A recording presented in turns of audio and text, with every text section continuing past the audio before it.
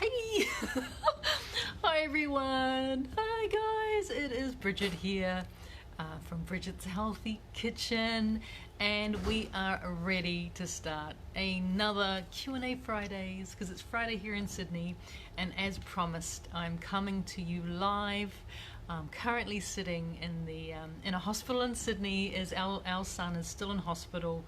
But I thought, he's fine. He's got his grandma and his dad are with him in the room. They're hanging out, and so I was able to sneak away for a little bit and share with you what has been a very momentous day, well, anniversary for myself. Very momentous anniversary for quite a few of us that have been on this journey, this healthy journey. And I know that there is a lot of you who we all started around the same time. So 2 years ago today, which is the 28th of February, 2 years ago today, I started on my health journey. And so much has happened in the last 2 years. It is almost mind-blowing. Not a lot of it, a lot of it has been good, but not everything's been good. So I thought this is a really good opportunity to share with you guys, what I've learned works. And I've learned the things that work. And the things that are going to work if you implement them. If you put your mind to it and you start to implement these things, it's going to work. Because I was a disbeliever. I didn't believe that it was possible to achieve what I have achieved, which was a 30-kilo weight loss in 5.5 months. I have now kept off that weight, and in fact I continue to reshape my body. Like, my face looks different now to what it did even this time last year. So I'm continuing to shape my body. I'm continuing to define certain areas of my body, like my waist and my hips. And within that 5.5 months, I think when I started my journey at between 18 to 20, size 20, 18 to size 20. When I had lost the 30 kilos, I was down to around about a size 10, which was pretty cool. I thought it was pretty awesome, and it is pretty awesome, right? Being a size 10, I was totally wrapped with that.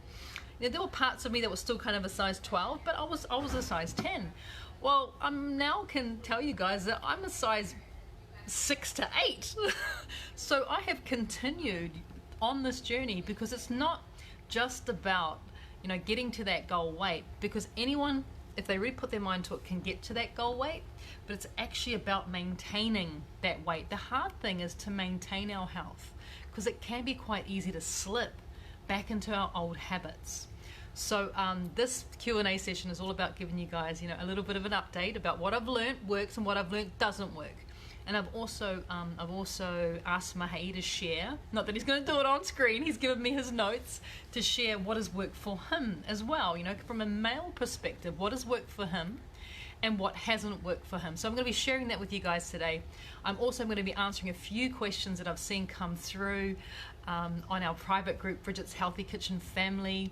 I just miss you guys so much, especially on our private group where we do share a lot of stories and content. I must apologize. We have been a little bit more absent than normal, just wanting to be with our son and make sure that he is good and he is on the mend, which is amazing, and he gets better and stronger every day. And we're hoping to have him out of hospital really, really soon. Like, in fact, the physio came by today and said that he's made leaps and bounds over the last couple of days. So maybe mid next week we might actually get him home, which is really exciting. So everything is great. Everything is amazing. Thank you for joining me today. Let me know where you're coming from. Remember, if you've got any questions as we're going throughout this Q&A, now is your time to ask. I'm on my own today, so I will do my best to take notes if I see a question come through or answer it directly, especially if it has to do with what we're already talking about. If it throws me off track, I may not answer it directly, but if it's definitely to do with what we're talking about today, please feel free to ask away, because this is your time to ask these questions, because we're here to motivate and inspire each other. Motivate and inspire each other.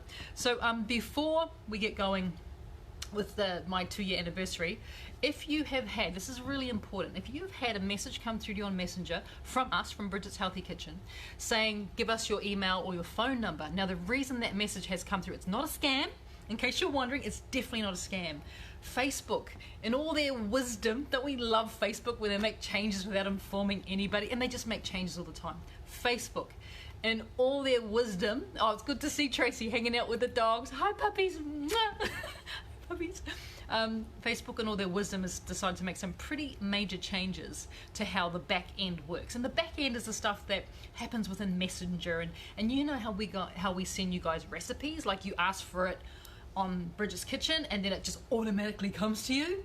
Imagine that Facebook have now stopped that from happening, and that's kind of what they're trying to do. And we're like, well, that's kind of rude, because people like that instant ability to be able to say, yeah, I want that recipe, and then you ask for it and it comes to your inbox and you're like, sweet, and everything's good. Facebook are changing stuff. So in order for us to now talk to you guys, we have to get your explicit permission. This is what Facebook said. So if you got that message on Messenger from us, and Mahe has been working really hard in the back end trying to get as many people sort of to give permission to us so we can talk to you. He's been trying really, really hard in the back end. So if you've gotten that message, it's not a scam. Totally legit, completely legit. So yes. Oh look, there you go. I was just saying, it was her 2-year anniversary. Yay, 2 for 2 on the 22nd of Feb. See, I knew that you and I were connected. Hey Anna, we were totally connected. We were on the same wavelength at the same time. It's just amazing. So yes, that is not a scam. Please send us your details if you want to stay connected with us, because Facebook is just going to make it harder. So basically what's going to happen is your chances are you're not going to see when I upload a recipe and say, hey, do you want this recipe? You may not even see it in your Facebook stream. That's how stupid the changes are. Like, they're doing Mahe's head in. So if you want to keep seeing stuff from us, content from us, lives and all this sort of stuff, please let us know so we can make sure that you guys are all signed up. So that's all that is. It's nothing scary, and we'll keep on trying other ways to make sure that you get all this information, because I want to share all these recipes that I've got. I want to share them with you guys, so we'll keep on doing that. But if you're having any issues whatsoever receiving any of our content, all you need to do is send us an email to admin@bridgetshealthykitchen.com. We will try and get onto it as quickly as possible. But obviously me and Mahe are here at the moment, so we're not replying back quite as quickly as we normally do, but we're getting on top of it, which is really exciting. So yes, 2-year anniversary. I have to say that this time 2 years ago, I was a little bit different looking. Just a little bit. I was definitely different when it came to how I interacted with the world.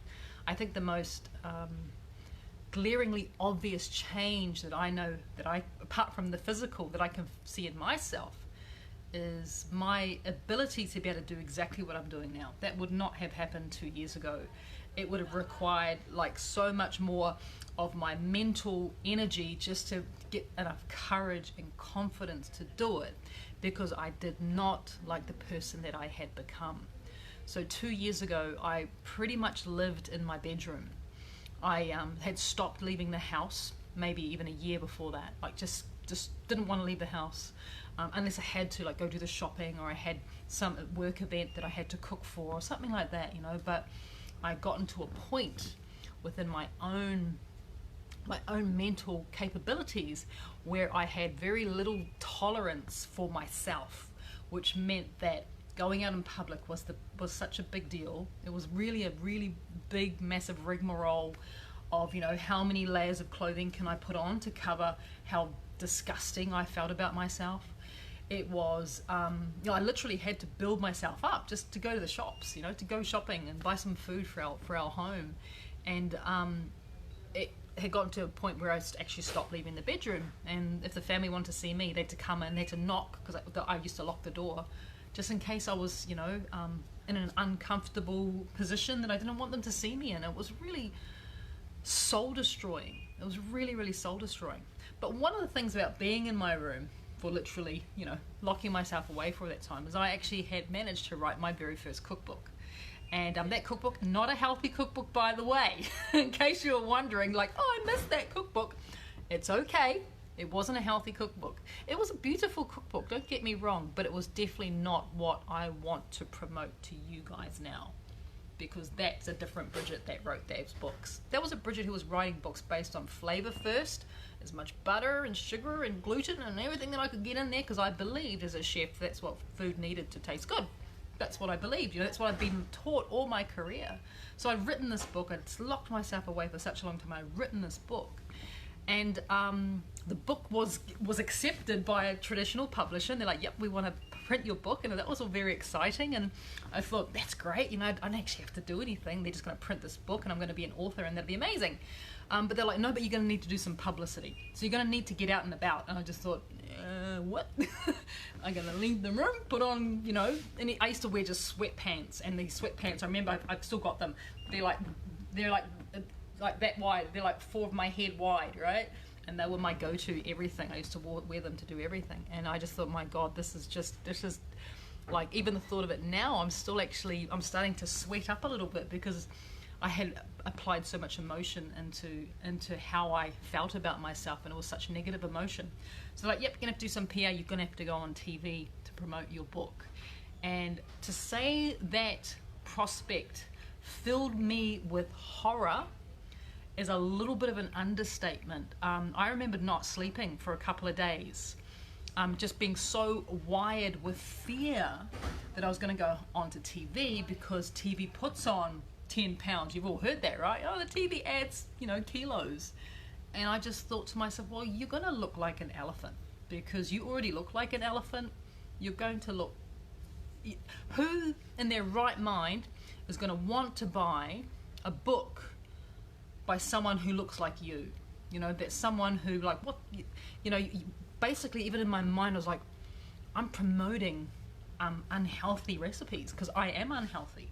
And I look unhealthy, and I was bloated, and I was inflamed, and I was exhausted, and I was depressed, and, you know, I was all these things that I didn't feel that I should be promoting. So that was the catalyst for me to do something about my weight. And my weight was the primary thing at first. Is yes, I was pre-diabetic, and yes, I was very depressed, but physically, I thought, well, at least if I don't look as heavy as I currently am, and if I lose some weight, at least that's one thing, right? I'll start there. So I started to do research. Like I said, locked in my room, nothing else to do. I started to do all this research, and what I came across, I kept on coming back to this concept. You know, I'm up there and I'm reading, and I'm ordering books from Amazon, and I'm reading, I'm going through all this content, and I kept on coming back to this concept of gut health and how powerful gut health is. Because when you've got a healthy gut, all these other things that were also included in my negative cycle, which was not just weight, but it was depression, and it was exhaustion, and it was mood swings and bloating and cramping and just generally feeling disgusting all of the time. Here was this idea that if you heal your gut, you heal your life. So I thought this is something that I'm going to give a go, because it kind of made a bit of sense to me. And the more I researched it, the more it made sense. So I actually started doing a gut health program. Probably about a week into that gut health program, I was so bored. I thought I was gonna die. I was like, man, if this is what the food's like, I don't want to have anything to do with it. Like, I literally thought I was gonna die. I started getting back into that line of depression. Sure, I'd lost a kilo or two, you know, I was looking pretty good, like in terms of loss wise, but the food was diabolically boring. It was so incredibly boring. I literally threw that meal plan aside and just took the principles of gut health, which is what I've been researching for all these months. Took the principles of gut health, which is to get rid of the gluten, to get rid of the sugar and the honey and the maple and all that sort of stuff, all the sweeteners, to get rid of processed foods, to really minimize the amount of dairy I was having, and to maximize the type of vegetables I was having, and also the type of good quality protein. So I took all those principles and I just started creating recipes that, as a chef, I found really exciting. And as I started to share these recipes, and you guys know the rest is history, right? I was really excited about it. I wanted to share it with people, because suddenly I was passionate about something. I hadn't been passionate about anything in years, apart from my kids. You know, I hadn't been passionate.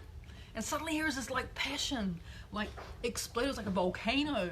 And the thoughts wouldn't stop, and the ideas wouldn't stop, and it hasn't stopped. And 2 years later, I'm still just as passionate, if not more passionate, because now what's happened in the last 2 years is it stopped being about me very, very quickly, and it started being about you guys. Because I was like, if I feel this good, and if I have had these changes by changing my diet, remember, no exercise, remember that, no exercise.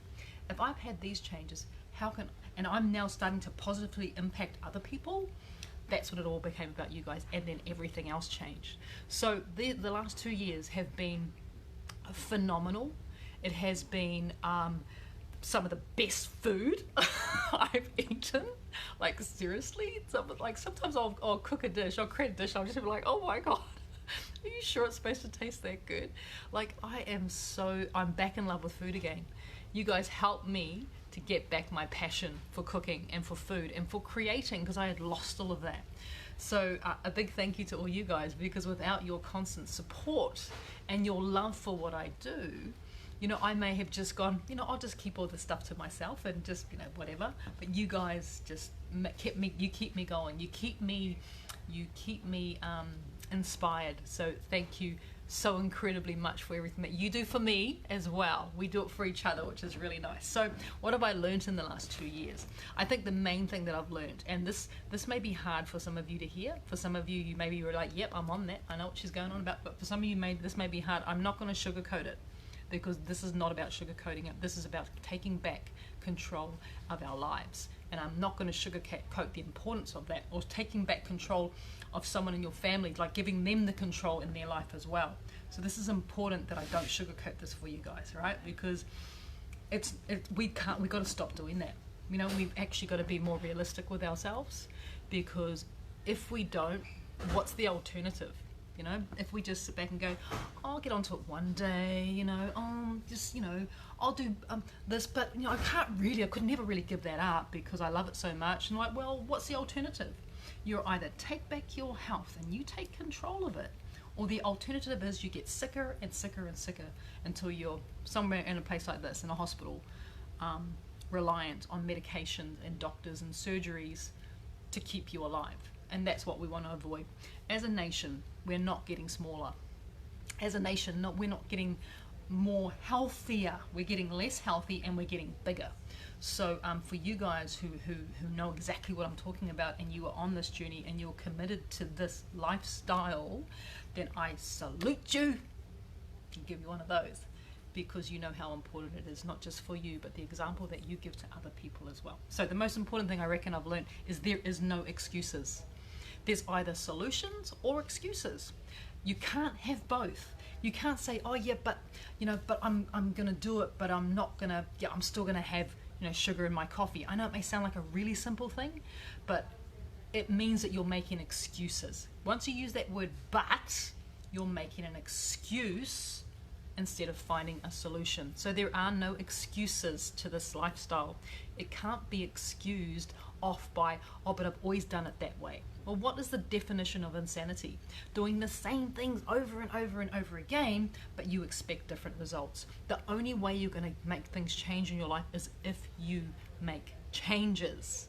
Yeah, changes have to happen before things change. Physically, mentally, emotionally, you know, spiritually, things need to change. So there are no excuses. If you want to write down these points, please feel free to, because for me they are really at the core of why it's so important to do what we do. So there are no excuses. There are either solutions or excuses. Remember that you can't have both.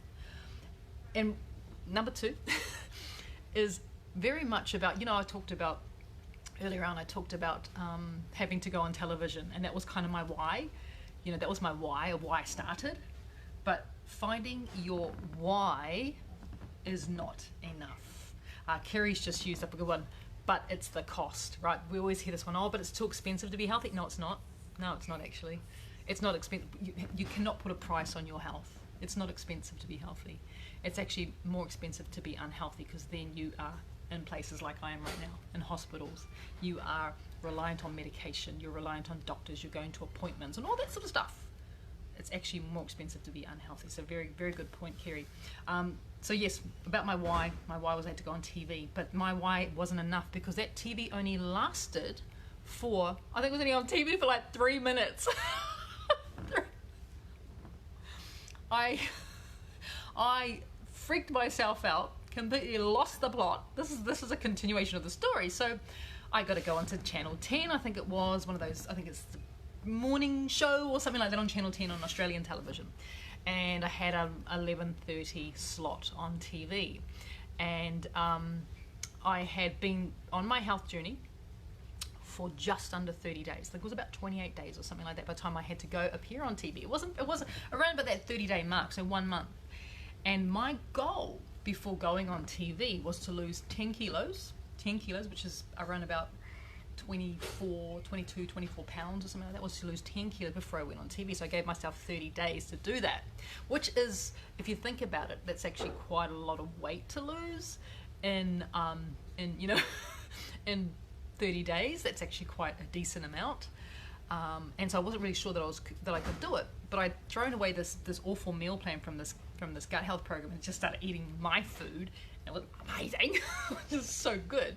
But I stopped thinking of myself as being on a diet, and I was just losing weight, and I was getting more energy, and my moods were, oh my gosh, my moods were improving, and I started leaving the bedroom, which was amazing. So I get this TV slot, the whole 3 minutes that I'd stressed out about for probably 2 months prior to that, and 1 month I'd been literally, you know, trying to lose this weight. And by the time I got to the 30 days, I'd been so busy.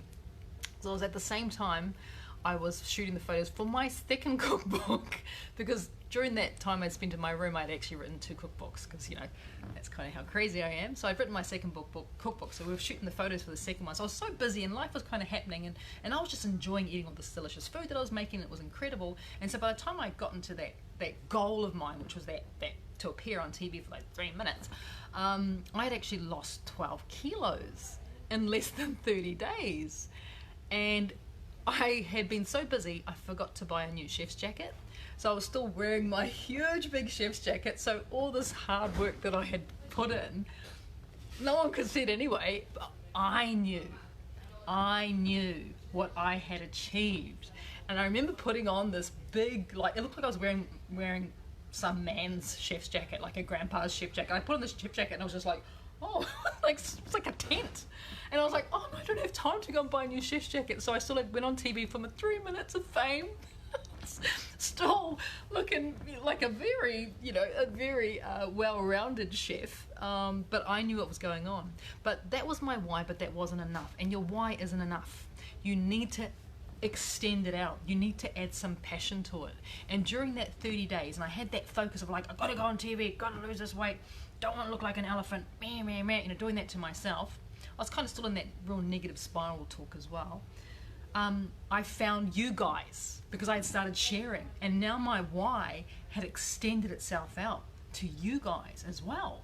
And so being able to share what I was doing and having other people going, that was delicious, and oh my gosh, I've lost, you know, a couple of kilos as well, and now I've lost 5 kilos as well, and you know, and suddenly there was this community, and we were all developing this community together, and we're doing it with the thought in mind that we wanted to still eat delicious. We didn't want to starve ourselves. We didn't want to deny ourselves of the pleasure that we gain from eating. And so my why extended. So for you guys as well, finding your why is important, but it's not enough. You need to extend it out if you want to maintain it. For me, it was you guys. Now find what that reason is to keep going and stick with that. Your why is a good story to tell. It's a nice story to say why you started, but it's not going to keep you going. You need to find the next stage. And everyone is different. Obviously, my story is going to be completely different to your story and why you're still going and why you find it so exciting. So please, please, please, you just keep going. Find your why. Oh, you know what your why is. Now extend your why out and add passion to it. Because when you add passion to something, the chances of you sticking to it increase tenfold. Now, a message from Julie. When you threw away the meal plan of the gut health program you were on, did you still take the supplements of the program? Well, I did take the supplements, Julie, of the program, only because I'd spent all this money on them, but I did not continue all of them. What I actually did was I went to see my doctor and I got my blood work done. And my doctor said, look, you're actually fine on those ones, but you might want to continue to take these ones. So that's how I approached it. Supplements, as we know, are not the cause of your weight loss. Supplements are there to support you nutritionally. So I'm not saying to people to drop your supplements altogether. I would definitely suggest that you actually get information which is more as opposed to theoretical, like this might help you. And you know, the difference for me when I went to see my doctor was, I just literally went and got blood tests done, and And they said, look, you're actually really fine on these vitamins, you're really good here, but you might want to top up here. And I was like, great, now I know. So that's what I did, and I still do that now. So rather than guessing, because guessing can get expensive, I prefer to be told. And look, I am so down low what I take now compared with what I originally started taking on the gut health program. I'm actually in a place now where I don't need nearly as much. I still do supplement with a few different things, but a lot of the supplementation that I use now is actually food-based. So you guys know I do use inulin as a supplementation because it's a prebiotic and it helps with my gut health, and it also can add it into food, blah, blah, blah, blah. You know, I do psyllium husks as fiber, you know, so, and I add it to food. So you guys kind of know how I operate. So yes, you could say this is supplementation, but at the same time, it's going into food. So I'm not physically having to take tablets. And when I do supplement, I do like to use sprays. So liposomal sprays, which have a better, you're able to get it into your system a lot more efficiently than taking a pill, because a pill can sometimes get lost in your digestive juices because they're so strong and powerful. So a liposomal spray, and I do that with vitamin D and K, and vitamin K, which is potassium, and I spray it under my tongue, hold it for like 5 seconds, and then it actually goes straight into your blood system. So it's really easy to take. Doesn't taste great. It's like one of those black currant, like fake black currant tasting things. No sugar, of course, but it's just a really nice and very effective way to get to where it needs to go. So I do take vitamin D. I do take vitamin K as well, and you know, but I do a lot of my supplementation in food. Inulin powder, amazing, prebiotic, yay, gut health. You know, and I take charcoal. You guys know I always talk about charcoal and how good it is as a detoxification of what's going on in your body. So I take charcoal. I know Tracy loves charcoal. It's her favorite. She just adores it. I'm gonna get you charcoal for Christmas, Tracy. Charcoal powder for Christmas. I take it in a drink, so I just do like I think a couple teaspoons of charcoal into a really large glass of water, like a 600 ml, like a pint glass of water. Stir it up, sip it back before I go to bed. So it's a nice way to do it, as opposed to having to, you know, always go, oh, am I taking my tablets? I always find it a really nice way. So finding your why, that was the second one, is not enough. You need to extend that out and add passion to it. Also trust the process. You know, we do get a lot of people who try and like make it up along the way, like, I won't do that, but I'm going to do this instead. And then they come to us and go, why didn't it work? And we're like, well, you need to trust the process. I know sometimes it may not feel like you're moving forward, but every time you choose a meal that is healthy as opposed to not healthy, you are making progress. Not only are you making progress within your body, remember there's stuff that you can't see. Oh, sorry, for Leanne asked what the brand of charcoal is. I can't remember, Leanne. I bought it from the health food store. I can't remember. If someone had a photo of it, I'd know it instantly, but I'm sorry, I can't remember. When it comes to charcoal, just make sure that you get 100% activated charcoal powder, and it usually comes from coconut husks, would you believe? So it's 100% activated charcoal powder from coconut husks. Tracy's laughing, yes. I hope the dogs are laughing too, Tracy. So yeah, trust the process, because the process does work, and the process has been tested, and it's been tested, and it's been tested over and over again, and the recipes do work. And always bear in mind that you may not be able to physically see the changes instantly, because, you know, it's not like have one salad and lose 10 kilos, but have a salad, have some vegetables, eat some healthy cottage pie, you know, have a healthy fudge brownie ball instead of a chocolate cake, you know, all that sort of stuff that you're doing. You're not only helping to keep your body healthy, but you're also building up your internal muscles, and I mean the muscles of your brain, that makes you choose better meals over less, you know, better meals. So there's all of that as well. So when you start trusting in the process, you don't second guess yourself like, no, I don't know, maybe I'll just do it my way instead. Well, has your way worked in the past? That's what you got to ask yourself. If your way has worked in the past, that's great. Keep doing that because it's working. But if your way hasn't worked, and you were like me 2 years ago, unable to leave her room, terrified to go on television, now I can run onto a television set, not even think about it. In fact, the last time I was on television, which was back in New Zealand, I was with the beautiful Carolee, and she was my driver. Thank goodness, she was my driver. I've been off to get my hair and makeup done. I was looking all glam, you know, as you do. And we had allowed ourselves like, I don't know, we'd allowed ourselves like 45 minutes to drive to the station, to the television station, I think we're on TV3 in Auckland, which is in Mount Eden, so it's not in Central City, you know, it's not too bad. And we were, on a normal day, probably 10 minutes drive away. We allowed ourselves 45 minutes to get there. I had a call time of 10 past 8. I was going on live at 8:40. Had a call time of 10 past 8. It was 8:35 and we were still driving.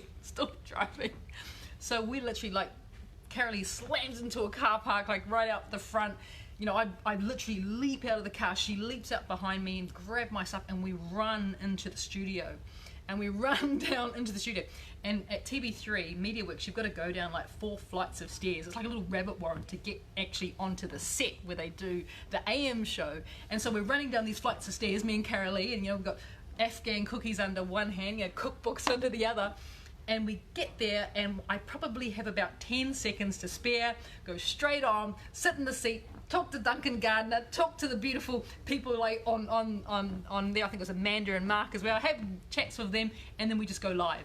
So, you know, the difference now in 2 years of me freaking out for about 6 weeks, maybe even 8 weeks before I went on for my 3-minute spot, to just running down the stairs, I was more concerned that I had my really nice, you know, gluten-free, dairy-free, sugar-free chocolate Afghans that I wanted to give to the crew, because I had some for the cameraman, I had them for the sound lady, and I had them for the guys who host the show as well. So that's all I was concerned about. Like, where's the Afghans? Grab the Afghans, you know? How different things are, right? Because I trusted the process, and you need to trust the process. The research that I've done into gut health, the research that I've done, the people that I've talked to, you know, the books that I have read, the process works. The process does work. And sometimes we self-sabotage the process because we try and second guess it. You know, we try and go, that'll never work. I mean, how many times have you heard yourself say that? Or have you heard someone around you say, oh, that'll never work, you know? And you're like, well, you know, have you tried it? You know, there are people that you can put into your circle of influence. I'm going to talk about circle of influence a little bit later on in my notes because it's really important. There's people that you can put into your circle. They're going to help you to stay on your journey and stay on your path. And they are people who are positive people who don't say things to you like, that'll never work. Because the process does work if you trust it. And the process is, when it comes to gut health, we're going to cut out, and this is the physical process, we take out the gluten, we take out the sugars and all the sweeteners and all the honeys and all the maple syrups and all that sort of stuff. We seriously minimize the amount of dairy that we have. I'm not saying no dairy, because you know I love cheese. Cheese is good. We minimize the amount of dairy that we have. We have minimal protein, but good quality protein, and we increase the good type of vegetables in our diet, right? So that is the process. I have been following the process, and like I said to you guys, I was close to a size 20. I'm now a size 6. The process works if you trust it, and then you implement these stuff that we're talking about here. No excuses, only solutions. Find your why and stretch it out so that you have the next reason to stay on track. You can't just always have your why, you need to have the next one. Trust the process. Trust the process. So the next one I'm thinking about is you can't, and this is one of the things, this is the big no-no when it comes to these types of lifestyles, is do not compare yourself to other people on the journey. Sure, have a look at what they're doing and take the good things of what they're doing and utilize that within your own journey, but do not compare yourself. Like, why has she lost 5 kilos and I've only lost 3, and we've both been on, you know, it's only been the same week, it's a week. Don't do that. You're gonna beat yourself up. Like, seriously, do not compare your results to other people, because everyone is different. Everyone starts at a different place in your health journey. You all start from a different place, and our bodies all react differently to the same type of food, right? And so if you're out there comparing your weight loss, and especially if you're just going it from how much your weight, like a scale perspective, like what the scales are saying, you are going to lose the plot. So do not compare yourself. The only person you can compare yourself to, and this is why it's important to do before and afters, is to yourself before. What were you like a month ago? What were you like 2 months ago? What were you like last week? How did you feel? This is when it comes, it's really important to be really self-aware And for me, self-awareness means that I actually write stuff down in my journal, because I've got so much going on, in my head, and so much things happening in my day-to-day life, that I find it really helpful to put my thoughts down into a journal, to write in that journal, so then I can do the self-recognition, the self-comparison of who I was. And that's why I shared with you guys all those before and afters. I don't have a lot of befores, because you know what it's like when you're bigger than you want to be and you're not feeling good about yourself, is you don't take a lot of photos. So those photos I had to really search hard for. And now there's so many photos of me, it's a bit embarrassing, to be honest. It's like, narcissist, like, settle down, girl, enough selfies. But how beautiful is that? That I'm prepared to take a selfie in a bikini top, whereas ain't no way that was happening 2 years ago, let me tell you that much. So, things do change. Compare yourself to yourself, because yourself is all that matters. Do not compare yourself to other people on the journey. And the next point I want to make, this is really, really important, and I cannot emphasize the importance of this point enough, is you need to be adventurous, and you need to try new things. Because as I said before, the definition of insanity is doing the same things over and over again, but expecting to find different results. That is not going to happen unless you start being adventurous. And I don't just mean, I mean there's different ways of being adventurous. There's lots of different ways. Some of them we won't mention because of the family show we mention in this podcast. But there are a lot of different ways that you can be adventurous. And the main one for us is to be adventurous in the type of food that you eat.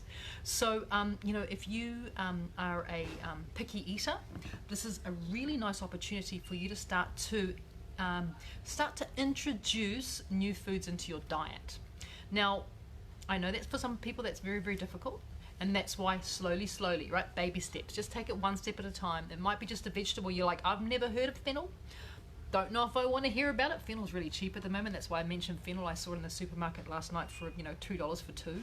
So it's really, really cheap. And it may be not a vegetable you've never had, but it's so beneficial to you. And if you can find it in yourself to purchase it, I've got some amazing recipes that you can have fennel in your diet and try something a little bit different. So be adventurous.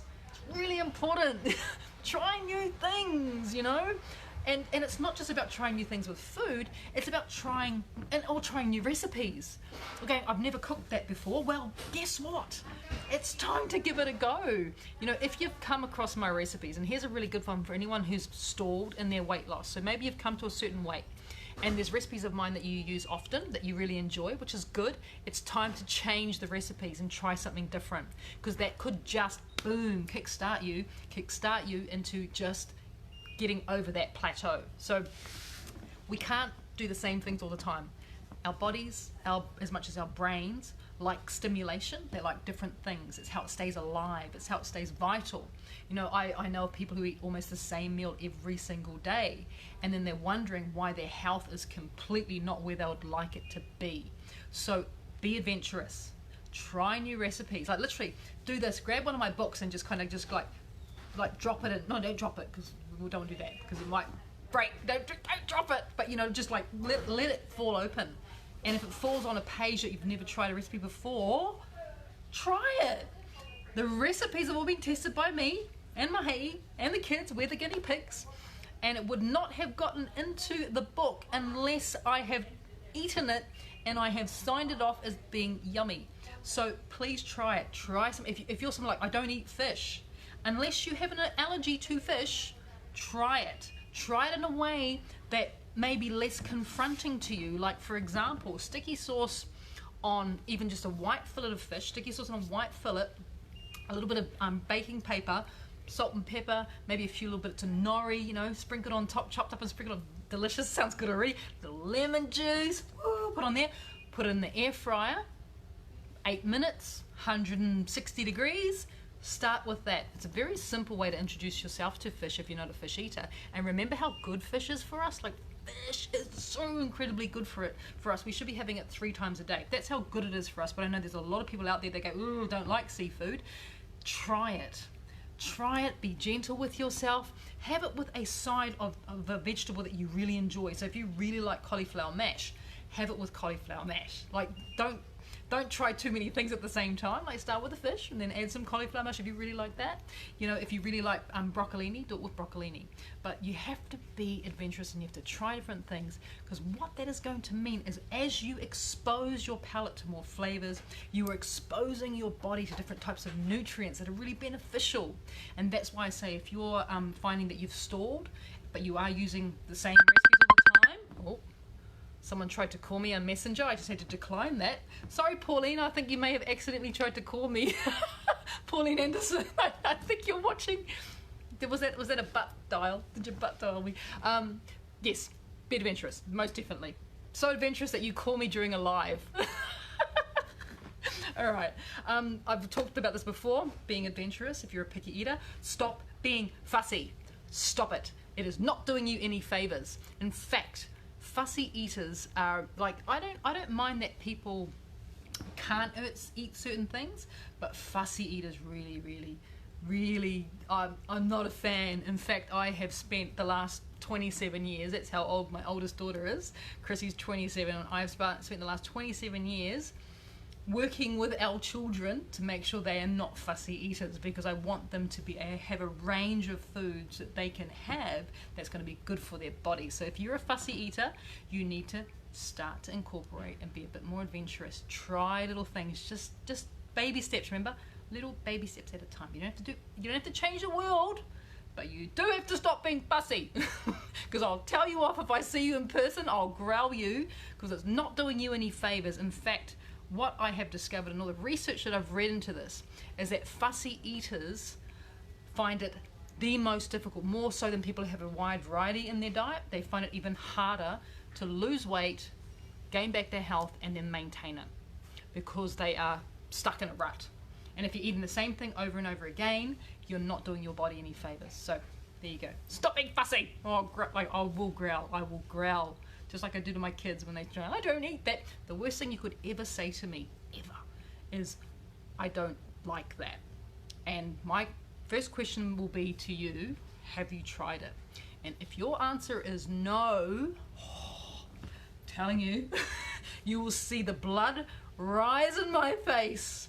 That is the worst possible thing anyone could say to me, because I figure, because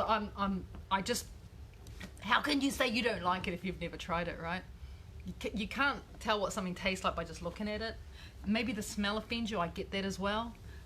But we need to get over ourselves. We're not 2 years old. I get it when you're 2.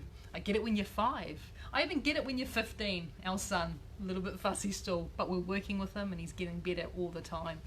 But if you're 37 or 52 and you're still fussy, that is not on. I'm going to be very firm on this. Be adventurous. So I'm gonna stop now. Enough growling. All right. Now this may shock. The next point may actually shock some people. Some of you guys know exactly what I'm talking about. Exercise is not the answer to weight loss. Exercise is not the answer. The answer to weight loss is directly what you put into your body. So for a lot of you guys that are watching, you know I say this over and over again, weight loss and health gain, let's be honest, they work side by side. When you lose weight and you're losing unnecessary fat and all your hormones are suddenly, not suddenly, but they're starting to become more balanced within your body, you're losing weight, your health is improving as well at the same time. It goes hand in hand. So exercise is not necessary for weight loss at all, and in fact I've only just started going back to the gym this year. It was like 3 years since the last time I went to the gym, and prior to actually changing my diet, I was going to the gym 3 years ago. I was going every day, sometimes twice a day. That's how insane it was. I would put a cap, I used to wear my cap down to here, and then I would wear, I think I used to wear like size 24 t-shirts, so no one could see anything that was going on, and I would just, that was probably the only time I would leave the house, is I would go to the gym and I'd work out, and I'd work out like a crazy person, and I was not losing weight, I was actually putting weight on, because I figured, I'm working out, so it means I can eat whatever I want. No, You can't out-exercise a bad diet, as we all know. So diet is really, really important. How important is it? It's 90% of whether you're overweight or underweight, or overweight or experiencing bad health. 90% of that is the diet. 10% is movement. So movement is important. Exercise isn't vital for weight loss, but it is definitely important when you want to start to strengthen your body and to start to train your body and to get flexible and to get muscle and to get toned. That's when it's important. But do you need to do it while you're going through quite a rigorous change in your diet? I would suggest not. Now, I would suggest that you stay away from exercising, especially if you're new to this, and I just want you to focus on changing your diet. Once you're kind of there and you feel like, yeah, I got the hang of this a little bit, absolutely start getting some movement into your life. It doesn't mean you have to go to the gym. It might mean you're going for a brisk walk. It might mean you're swimming. It might mean you're doing yoga. It might mean you're doing Pilates. Anything like that that's getting you moving and getting you flexible is amazing. But for the first, especially if you're, like I said, if you're brand new to this, for the first couple of months while you're getting used to this massive change in your diet, focus on your diet, please. Please focus on your diet. It is going to be much more beneficial for you in the long run, and then when you're good to go and you're feeling like you know what it's all about and you're happy with getting rid of the gluten and the sugar and all that sort of stuff, then by all means get into the movement, get into the exercise, but focus on your diet first, because it's 90%. It is 90% of your success is going to be in what you put into your mouth and what you don't, right? Because it's hand in hand. So yes, exercise is not the answer. Sure is nice though, and I'm really enjoying it now. I must admit, I haven't actually been since our son got sick, and he's now, gosh, what are we now?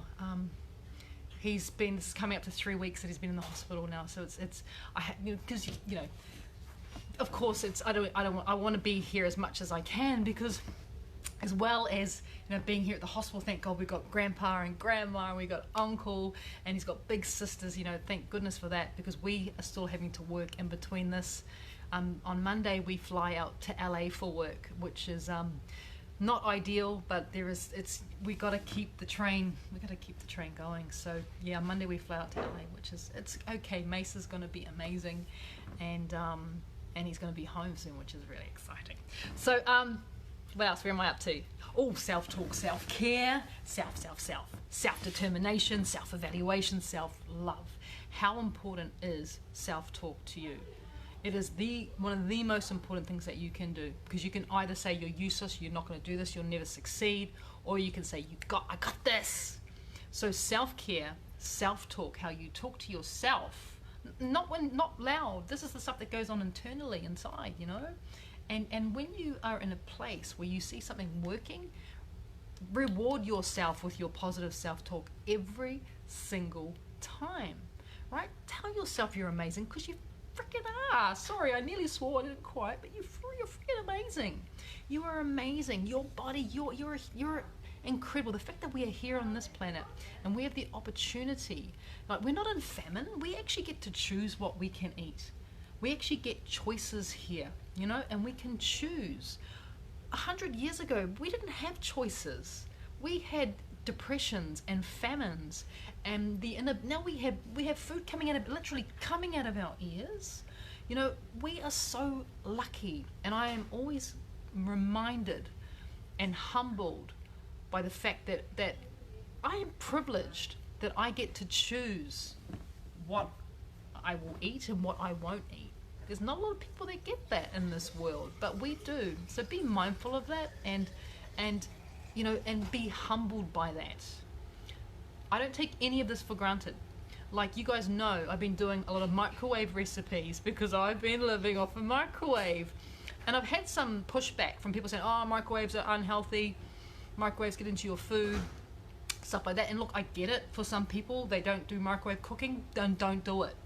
But when I'm in a hospital for 3 weeks, and prior to that, I was in a hotel, and when I'm not in the hospital, I'm literally in a hotel, and all I have at my disposal is this box, and I put food inside of it, and it heats it up, or it cooks it in some cases. I'm going to use what I have. And before I did that, by the way, once again, I'm a researcher. I like to get involved in the back end of why things are, and microwaves have been like something that, you know, it's not exactly got a great reputation. Microwaves now, just to give you guys a bit of a, and I was going to talk about it later, might as well talk about it now. Microwaves now, they have what is known as a three-walled system, and yes, you please Google this and research it. And this three-walled system ensures that the microwaves are not leaking out and getting into the food. Now, so from a health perspective, you're not damaging the food by putting it into the microwave, and you're doing it in very, very quick bursts, so the radiation is not getting in there, and you've got this three-walled system to make sure it doesn't. So I don't fear that I'm putting radiation into my food. I am way more mindful that my mobile phone, which is what I'm using to talk to you guys on today, which is connected to my ear here, is giving off way more radiation than what this microwave that I'm using for 90 seconds and then that's it is giving off. So am I going to use a microwave? Yes, I am. But am I going to cook delicious, healthy food in it? Yes, I am. I will share with you guys tomorrow something that I even forgot that I created it quite a few, like way back at the start of my journey, and it's my avocado bread. Oh my God, it is amazing. Like, I forgot how tender and gorgeous it is, and literally it's an avocado and some almond, and you know, or you could use sunflower if you don't use nuts, you know, and it was just like, it is like the best thing since sliced bread. It is amazing. So I'll share that with you guys tomorrow. I'll reshare it. It's an old one that that I forgot how good it was, and I started to get up my old recipes, you know, from way back 2 years ago, and stumbled across this amazing avocado bread, and it is literally, it is the business. It is nuts. It is amazing. Well, it's nuts, or if you're, you know, got an allergy, you don't have to use nuts, but it's so good. So anyway, that's my spiel on microwaves. I was, like I said, I was going to talk about that later on, but if you don't like using microwaves, don't use them. Simple. No one's going to be, I'm not being judgy, but I'm just saying, if I have to use it, I will use it. I don't use them all the time. Probably if you were to look at my recipes, and I've done like 450 odd recipes in the last 2 years, probably of those 450, 12 use the microwave. But I also say, if you don't want to use the microwave, you could also put it in the oven, or you can put it in the pie maker, or you can put it in the air fryer. So there's always those options as well. But I don't have an air fryer in the hospital, or a pie maker. I just have a microwave, so I'm gonna do it. And some of the recipes that I've come up with have just been spot on, gotta say. All right, so that's my spiel about that. Don't even know how we got onto that. Apologies. Next point, what I've learned is, do not trust the scales. Do not trust the scales. The scales are one-dimensional. They give you the weight of what you are at that particular moment, at that particular time, and that's it. They don't measure how much of that weight is fat, how much of that weight is water, how much, you know, whether you're going through certain times of the month where, you know, you hold on to more fluid than normal, you know, and suddenly you're in this downward spiral of hatred of yourself because you've jumped on the scales and go, oh my God, I put on half a kilo, or, you know, 1 pound overnight. How dare I? You know, and suddenly you're in this really terrible space. So I want to say the scales are important because you need to know where you're starting at, right? You need to know where you're starting at. You don't necessarily need to weigh yourself every day because that can be just really hard work. But to begin with, and hello to Carolee, where are you? You missed my spiel about us, Carolee, talking about when we were on the AM show, rushing down to get there. But anyway, yeah, good to see you. So yeah, don't trust the scales, because the scales don't give you an accurate account of where you're at. They only tell you that weight, and weight is, you know, you could, sometimes I've hopped on the scales and put on 1 kilo overnight, you know, and gone, what, you know, beat myself up, feel terrible for the rest of the day, without sort of thinking to myself that there is no physical way that I could put on 1 kilo overnight. And I go back and I think about what I ate, and I think, hang on, you know, I'm eating just what I normally eat. There's all these other factors. Water retention is a massive one, you know, massive one. Depending where you're at hormonally, your body will hold on to water. Maybe you just need a really big poo, to put it nicely. You know, there's all these factors. So please don't trust the scales. Don't let it beat you up, because if you let it beat you up, it can literally ruin your self-talk. You know, it can put you into a place where you just feel nasty. And when you feel nasty, we'll talk about hormones. Your cortisol, which is your stress hormone, rises. And when your stress hormone rises, the serotonin in your brain decreases. That's your happy hormone. So serotonin's gone down, cortisol's gone up, and when cortisol is high, your insulin is also high as well. And your insulin, which is a hormone, determines whether you will be burning fat or not. So we need, the whole thing about weighing ourselves and getting so completely, for want of a better word, anally retentive over what we see on the scales can really be such a negative on how our hormones react for the rest of the day. So remember, instead of scales, you can also do things which is really important. There's before and after shots. Before and after, really important. Measure yourself. Measure around, your thighs and your hips and all that sort of stuff. But also measure how you feel. How are you feeling? How did you sleep? Those are the most important measures. How happy are you? How much energy do you have? Write them in your journal so you're able to then go and look at it and go, actually, I've had really good sleep all week. That's a bonus. That is a massive, massive goal. So we call them NSVs, or non-scale victories. It might be that you're able to put on pants that you couldn't wear or you didn't want to wear the week prior. That is a massive NSV. It's a massive non-scale victory. So do not become a slave to the scales. By all means, weigh yourself, because you need to, like I said, have that start point. And you need to, but you don't have to do it every day. You don't have to be completely paranoid about whether you have or you haven't. If you do weigh yourself, also remember you do it first thing in the morning after you go to the toilet. Yeah, first thing in the morning, take off all your clothes, have a bit of a weigh, write down what it is, but then also measure yourself. Also write in your journal, how am I feeling? How was I sleeping? Have I got more energy? Am I feeling happier today? And then take into account where you currently are. Like for women, it's a cycle, we run on cycles, so take into account where you are in your cycle as well, because your hormones will completely and utterly affect the result you see on that scale. Yeah, really important. Okay. This one's another really important one as well, and it's so funny that Carolee's just jumped in, because this will definitely resonate with her. Is we need to surround ourselves with the right people. Surround yourself with your circle of influence. So not just your circle of good people, but your circle of people who positively influence you to keep going, to keep on fighting. This was so important for me as well, because when I first started on this journey, I was surrounded by weasels and people who just wanted to take from me, and they weren't giving me anything in return. In fact, they wanted to not just take from me, they wanted to steal everything that I had created.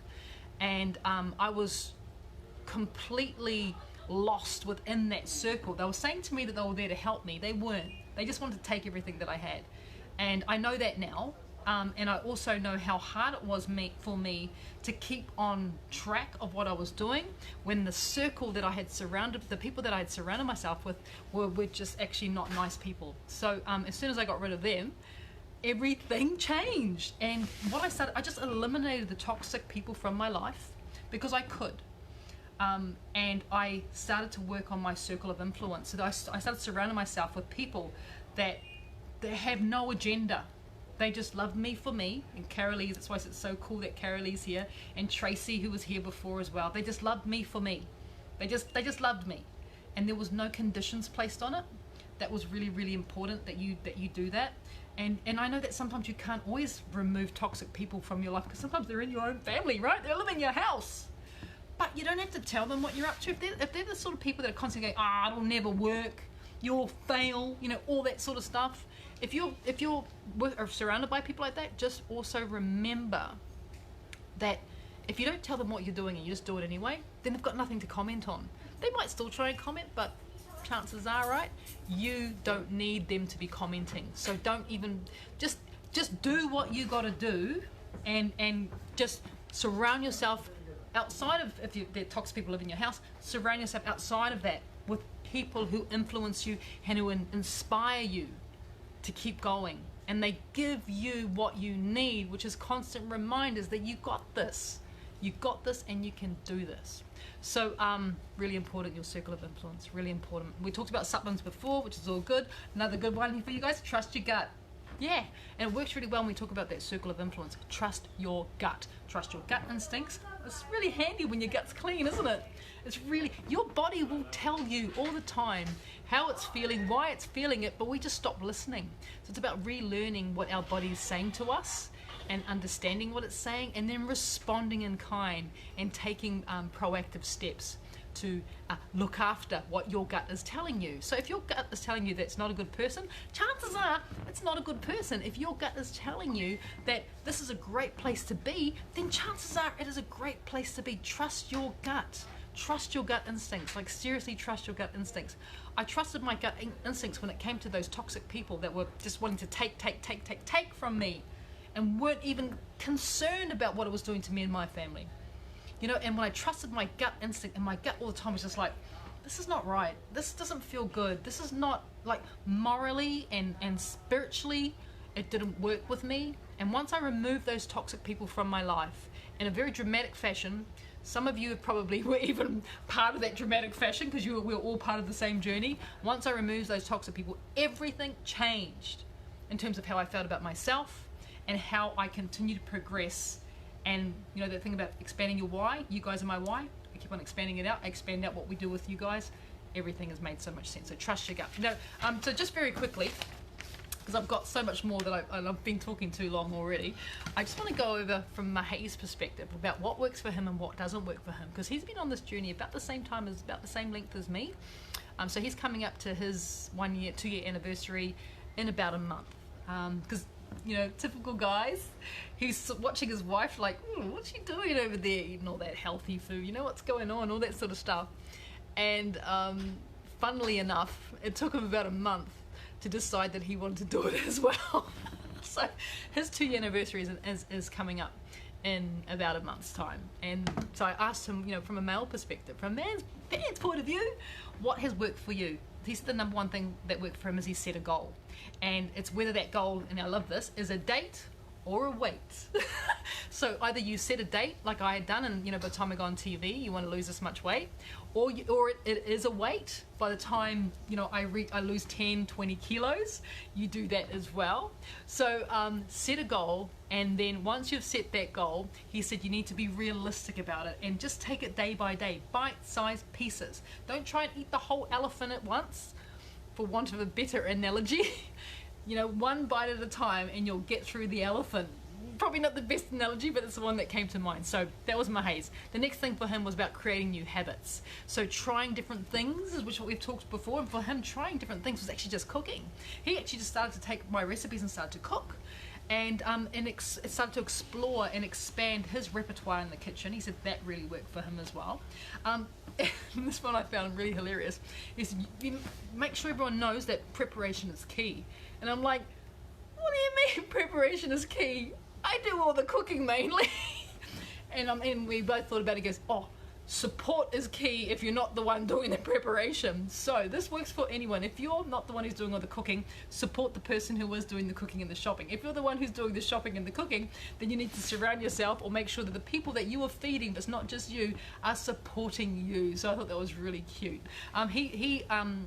For him, exercise was a little bit more important than me, and he said it's for him, it's another goal that he sets, you know, so he sets these little goals for himself, and it's about strength, you know, keeping his strength and keeping his muscle, building his muscles, getting his abs back, you know, that was all really, really cool, but also boosting his metabolism. So for him, you know, as a bloke, this was a really important thing, and I got that, so that's why you know, it's different from men and women, 100%. So for Mahei, exercise was really important.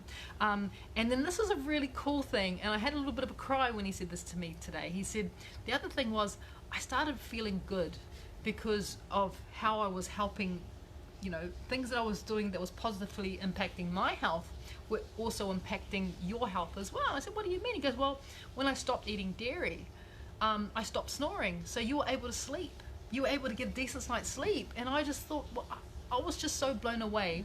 He said, that makes me feel so good as a husband, as a father, that I can support you in all these other ways as well. Sure, I may not do all the cooking, but that's good because that's what I like doing. But, you know, he does amazing things. Like, he will purposely not eat his favorite food, which is ice cream, which we know is not good. It's got dairy, full of sugar. He will go without because he doesn't want to snore and he doesn't want to keep his wife awake. You know, and those sort of things speak volumes when it comes to what he knows works. And when he feels good about how he is as a husband, it also helps him on his journey to maintain his journey. He'd be like, nah, not going near that dairy, not going near that ice cream, because I know if I have that ice cream, I'm going to snore, and my wife's going to stay awake, and she got me grumpy tomorrow. So those sort of things. And he supports me in other ways, like, because I do pretty much all the cooking, unless I'm traveling, and then he obviously cooks for himself. At home, he does little things like, I'll go to bed, he's still working on the computer, I'll go to bed, and then while I'm asleep, he'll go and he'll mop the floor in the kitchen, because I may have been cooking on it and was stained, or he'll make sure the benches are completely spotless. He'll do those little things that support me, because it makes him feel good and helps him on his journey, and it also means that I cook. Smart man, right? Smart man. The things he said that don't work for him is, like, by all means embrace the compliments, but don't rest on your laurels. So when you get people say to you, oh my God, you look amazing, you've lost all this weight, that's really incredible, like, embrace those compliments. But that does not mean that that's where it stops. Like, almost like, don't believe the hype is what he said to me. Don't believe the hype. Because it's one thing to get down and for people to notice that you've made some changes. It's another thing to maintain those changes. So don't just think, oh, I'm done now, I'm just going to go back to my old habits because, you know, I look great. Because that won't last. And once you get back into those old habits, then the old look's going to come back, and that's where we don't want you to go. We want you to be maintaining this forever, right? This is your life now. This is how good you look all the time. So embrace the compliments, but don't rest on your laurels, because the journey is what the journey is. There is no destination. Well, health is definitely a destination, but then we just keep on exploring and being adventurous and doing all that sort of stuff. And we also said, don't beat yourself up. If you have ice cream because it's delicious and it's sitting there, it's fine, because the next day you jump back on the horse, because we all know what happens when we beat ourselves up. As our stress levels go up and our cortisol goes up and our insulin goes up and our ability to burn fat stops in its tracks, dead, right? So don't beat yourself up. Just go, you know what? It wasn't the greatest thing to do, but it's okay. I know what to do tomorrow, and I'm just going to jump back on. I'm just going to jump back on. Because remember, it's all about, you're still going to live your life. And if you've got a party coming up that you're working towards, enjoy that party. Because the next day you can just get back into it. One bad meal is not going to ruin all your progress. You know, one bag of chips or one bit of ice cream or going out and enjoying yourself with your family and friends is not going to ruin your process or your progress. You just keep on going. Yeah, don't beat yourself up. And really important thing that Mahe brought up, which I thought was really beautiful, is listening to people. This is a no-no. Is listening to people who aren't on the journey try and give you advice. Makes sense, right? Listening to people who aren't on the journey as you try and give you advice. So like getting advice from someone to do with health who is not in a healthy position. How can they give you advice if they are not in a healthy position? And that is so true. So that whole thing about your circle of influence and making sure that you put into your circle of influence people that you have qualified. So they're qualified with their advice. So, you know, it's the whole thing, like, would you hop into an aeroplane with a pilot, well, with someone who's never flown a plane before and they're going to put that plane in the sky and fly it for you? No, you wouldn't, because they're not qualified. They're not qualified. Like, would you hop into a taxi or an Uber with someone who's never driven before? No, you wouldn't, because they're not qualified, they're not experienced. So make sure that the people that you put into your circle, you qualify them. What experience do they have? Is the person who's given you advice on weight loss has lost weight? Really important to think about that. I would find it very difficult to get advice from someone who hasn't been where I've been. So they haven't had health issues and weight issues, because they don't know what it feels like to be me, you know. And to be me is, I want someone to say, this is how I felt, and this is how I got over it, and this is how I maintain it, and this is how I managed it. So qualify the people in your circle, qualify them, make sure they're experts in their area. Like, if you're getting advice on recipes, you really want to make sure that that's coming from someone who's been cooking all their life. A chef, right, who's been cooking for 30 years. I do have a little bit of experience with flavors, just a little bit. So, you know, if you're wanting to eat delicious food, qualify that person who's given you the recipes, and chances are you're going to be successful. And it's the same with someone, you know, if someone hasn't been through my struggles, I find it really hard to relate to them. I mean, you can sometimes if they're just cool people, but I do definitely want to qualify everyone that's in my circle. Like, I'm going to the experts for advice. You know, it's like going to the professor as opposed to going to the student. I would go to the professor for the advice. I wouldn't go to the student. It's the same type of thing. Like, the other thing is, you know, are they, you know, the people that you put into your circle of influence, these are the ones that are mentoring you or guiding you or doing whatever. Have they been successful in their journey? Like, they've done the journey for a length of time, and have they maintained it? If they're yo-yoing, they haven't quite got there yet. Because yo-yoing is a sign that you haven't actually taken this lifestyle on and made it the lifestyle. And it's as hard as, I mean, for some people yo-yoing is quite a normal process, but qualify that person that they're not just trying to sell to you all the time. If someone's just selling to you and not supporting you, you need to find someone else. Let me tell you that. Qualify that. This isn't about selling. This is about supporting and nurturing you, so then that you can go out and support and nurture other people along their journey. And if someone's just sell, trying to get products in front of you, you just need to really assess. Can I just say that? Just assess it. Just assess it. Make sure that you are in control of everything that's happening, especially if it's costing you money. Make sure you're in control. So yes, definitely qualify the people around you, qualify your circle of influence, increase your circle of influence, or keep it tight, whatever way you want to look at it is absolutely fine. But those are kind of what I've learned over the last 2 years. There's lots more.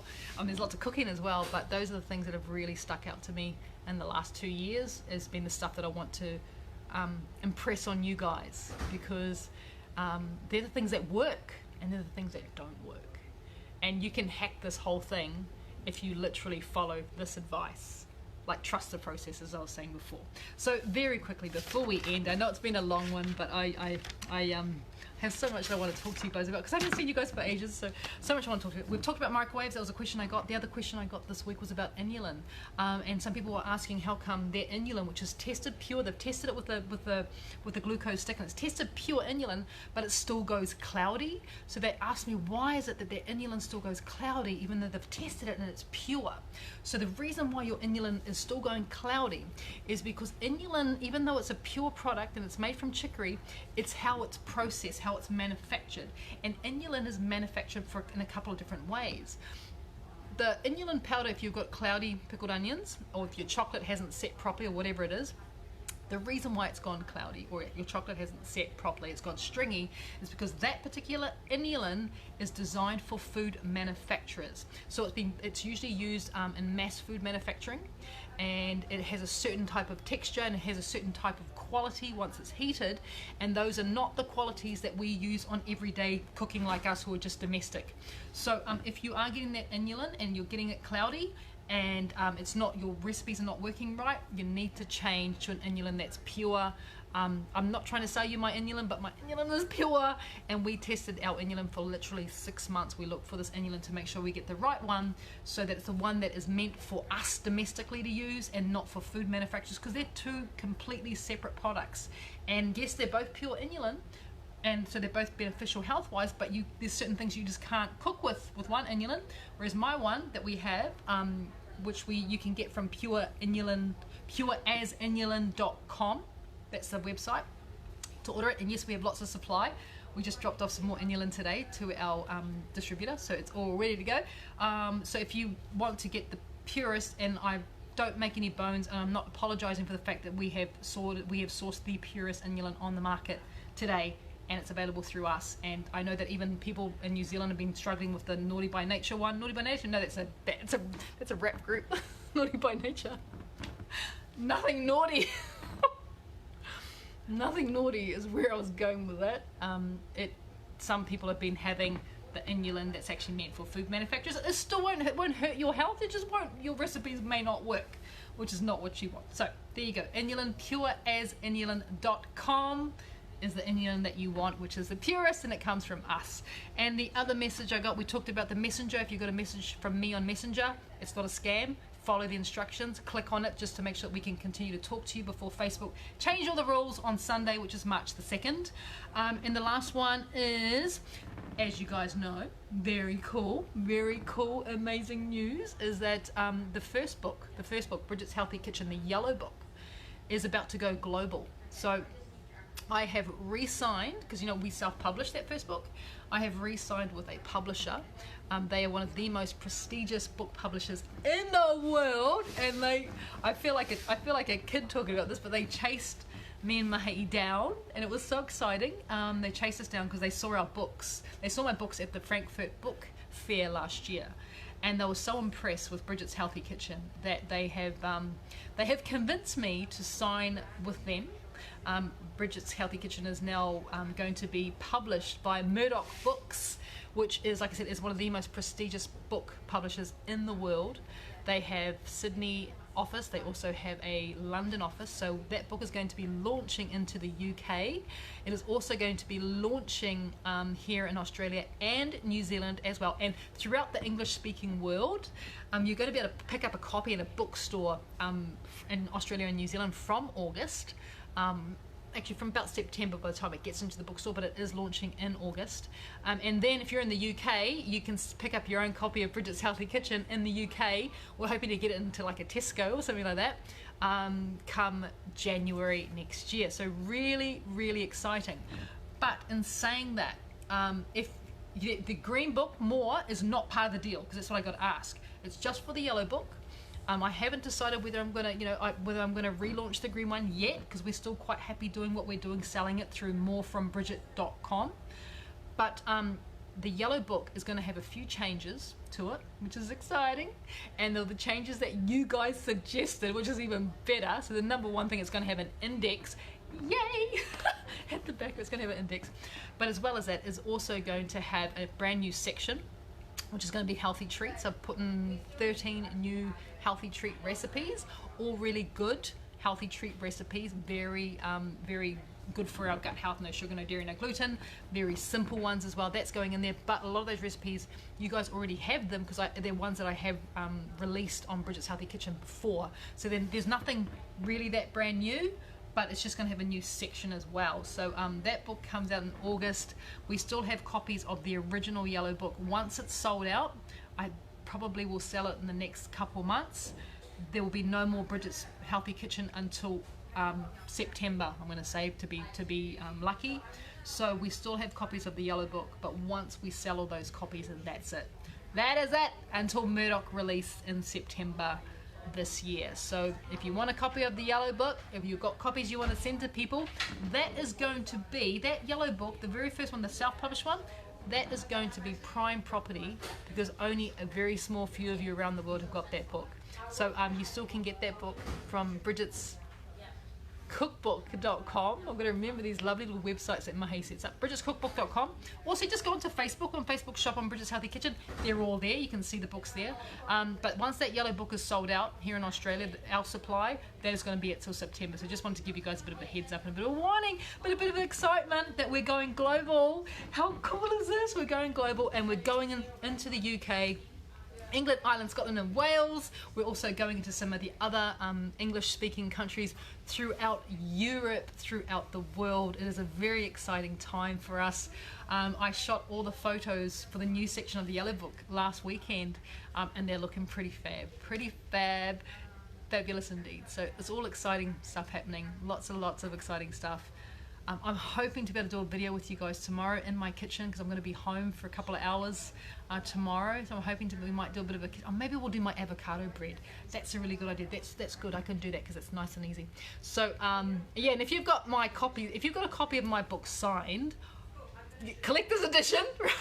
Collector's edition, if you've got a copy of my book signed, because there's no way I'm going to be able to be signing books all over the world now. So it's very exciting. Very exciting news. Can't wait till it all happens. Murdoch are amazing. They're just like the coolest publishers to work with, and they are looking after us, and they're going to make sure that Bridget's Healthy Kitchen just keeps on going from strength to strength to strength. It's not going to stop us from doing what we do here online. We're still going to be doing our lives. We're still going to be doing our private groups. We're still going to be sharing recipes. Nothing changes.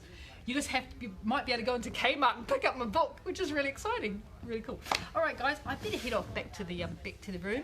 They probably thought I got lost. I mean, this is a long live, but I knew it would be because it's an important one. Like I said, 2-year anniversary.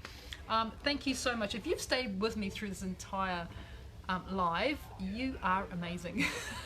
I hope it was worth your while. But just want to send you guys all a big love, big thank you to everyone who sent us love and support for our beautiful son, he is on the mend, which is the main thing. He's through the worst of it. No more surgeries. Poor little babes had 5 surgeries, so no more surgeries. The infection, he had a really bad infection in his leg, and it went right into his bone.